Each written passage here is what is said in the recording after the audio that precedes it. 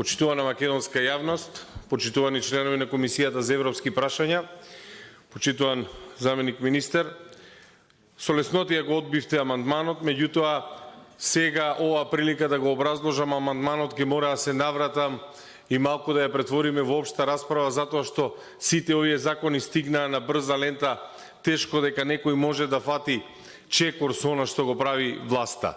Имено она што најпрвин го испланира владата и пристигнаа овде во собранието како предлог закони предложени од група пратеници. Се сеќавате дека првата измена, предлог закон за измена и дополнување на законот за работни односи стигна токму од колеги пратеници. На една несретна пресконференција неизбраниот премиер се правеше дека не знае за што станува збор и се правдаше со тоа дека таков предлог закон за измена на законот за работни односи е донесен на предлог на колеги пратеници.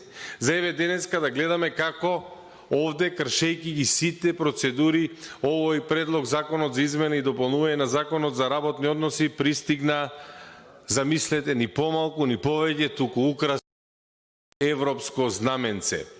Противуставно, противзаконски, противделовнички, против одлуките на Уставен суд, против конвенциите за труд, против разумот. Нечовечки, понижувачки, стигна предлог закон за работни односи, кој што со членот 1 дава огромни дискрециони овластување на министерот за труд и социјала, и затоа предлагаме со член 1 тоа да биде избришано. И како второ, со вториот член предвидува подолго прекувремена работа од 8 часа неделно и од 190 часа годишно.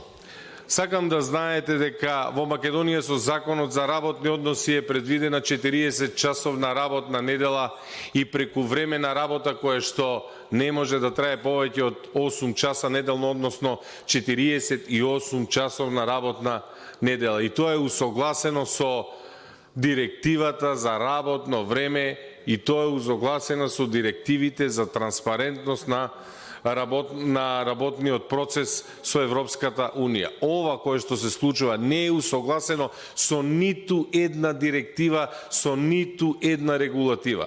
И тоа што со овој предлог закон немате горна граница и горен лимит на прекувремената работа, не 60 часовна работна недела, туку 72 часовна недела се воведува во Македонија.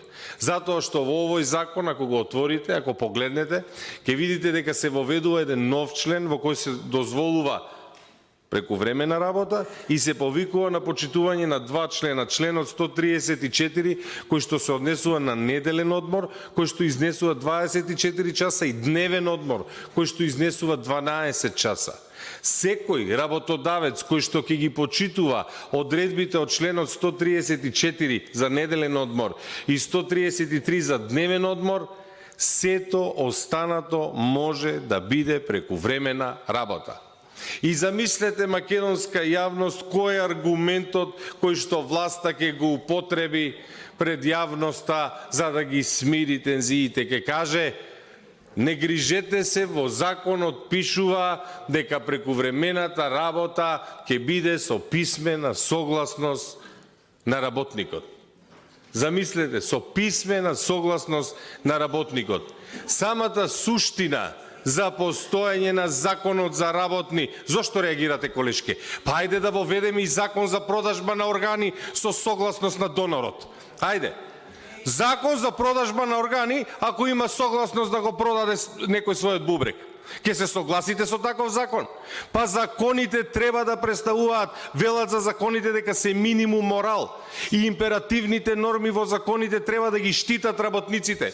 Во законот за работни односи вели дека одредбите од законот кои што се спротивни на минимум работничките права од законот за работни односи се ништовни. Знаете зашто го пишува тоа? Затоа што со законот за работни односи ние треба да го штитиме достоинството на работниците. За какво штитење на достоинството на работниците станува збор кога во Македонија бесрамно во 21 век како цивилизацијска придобивка не 48 часовна работна недела, туку 72 часовна работна недела.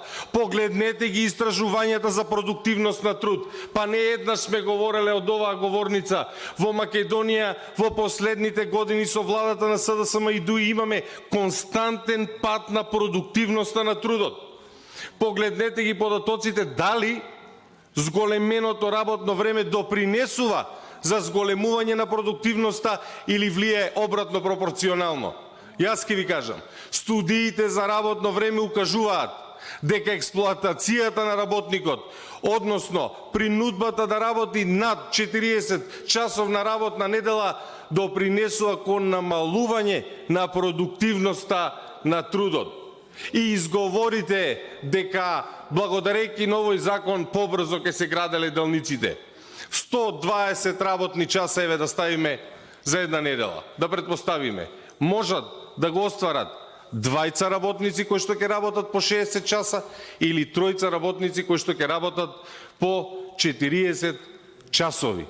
Јас разбирам дека големите инфраструктурни објекти понекогаш наместо во пари треба да се бројат во време и треба да се бројат во работни часови. Ја разбирам и таа логика. Меѓутоа, не можеме да се откажуваме од цивилизацијски придобивки со нецелосни и со нелогични објаснувања од првите луѓе кои што ја водат владата, кои што ваквите предлог закони прво се обидуваат да ги спинуваат преку вас. Преку вас, колеги, и од вас немаше никаква реакција. А денеска ни стигнуваат со европско знаменце со празни кореспондентни табели. Празни! Ни се смеат луѓето. И кои се вашите изговори зошто се наоѓа овој предлог закон на Комисијата за европски прашања? Затоа што станувало збор за пан-европски договор, пан-европски коридор. И затоа што станува збор за пан-европски коридор, треба да се најде на Комисијата за европски прашања. Катастрофа. Катастрофа. Празни кореспондентни табели. Се прекршува и спогодбата за стабилизација и асоциација помеѓу Македонија и Европската унија. Спогодбата за стабилизација и асоциација утврдува правната рамка за односите помеѓу Република Македонија и Европската унија. Самиот процес на транспонирање на европското законодавство во македонското законодавство, самото постоење на Комисијата за европски прашања се базираат на таа спогодба која што Македонија прва ја потпиша од земјите во регионот, а денеска вие бесрамно ја суспендирате кога вакви закони ги означувате со европско знаменце и немате за тоа немате никаков, апсолутно никаков изговор.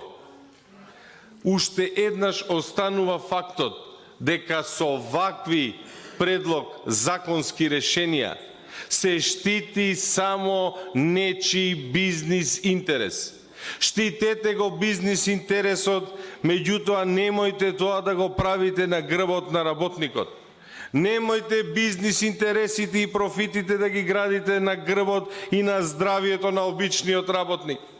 Погледнете ги одлуките на Уставен суд. Уставен суд минатата година ви го укина членот 12 од специјалниот закон. Погледнете го образложението на Уставен суд. Ке парафразирам. Станува збор за сложени, трудово интензивни и работи кои што се изведуваат во лоши временски услови и затоа е неопходно да бидат заштитени работниците на овие коридори и да не бидат приморувани да се крши работното време и да работат во таков обем, односно да работат со прекувремени работни часови кои што надминуваат 48 часовна работна недела. Се извинувам што мора да го парафразирам. Меѓутоа, самата одлука на Уставен суд беше во насока да се штити здравието на работниците кои што ќе работат на коридорот. И сега вие знаете дека со оваа одлука одите наспроти одлуката на Уставен суд. Вие знаете дека со овој предлог закон за измени и дополнување на законот за работни односи одите наспроти сите конвенции од Европската унија. Знаете дека не се во согласност. Смешни ви се изговорите дека станувало збор за пан-европски коридор. Останува фактот, овие измени и дополнување на законот се само за нечии бизнис интереси. За бизнис интереси кои што водат лично и непосредно до неизбраниот резервен премиер Ковачевски и Артан Груби. Нема друга релација. За жал, уште еднаш ќе кажам, сето ова е со понижување на собранието, затоа што тоа што се наоѓа овде на Комисијата за европски прашања е целосно понижување на собранието. Јас не знам како вие председателе и не знам како членовите го дозволивте ова. Целосно понижување на собранието и целосно девастирање на работничките права кои што ги има во Македонија.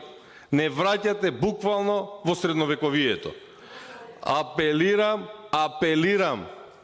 да ги прифатите амандманите, да ги укинеме членот 1 и 2, со што ќе предизвикаме и ќе стопираме огромна штета која што може да биде нанесена над работниците и работничките права во Македонија. А сето тоа за нечии бизнис интереси. Уште еднаш се надевам дека ќе најдете разум и на крајот на денот. Не мене, прашајте ги они кои ви избрале. Отидете овие денови, еве искористете ја расправата, уште денеска. Отидете во вашите местни организации, во вашите населби. Сретнете се со луѓето кои што гласале за вас. Прашајте ги дали прифаќаат зголемување на работната недела над 48 часа. Прашајте ги тие луѓе, потоа да ги ставиме на гласање. Ви благодарам. Ви благодарам. Две реплики на Даниела Колева.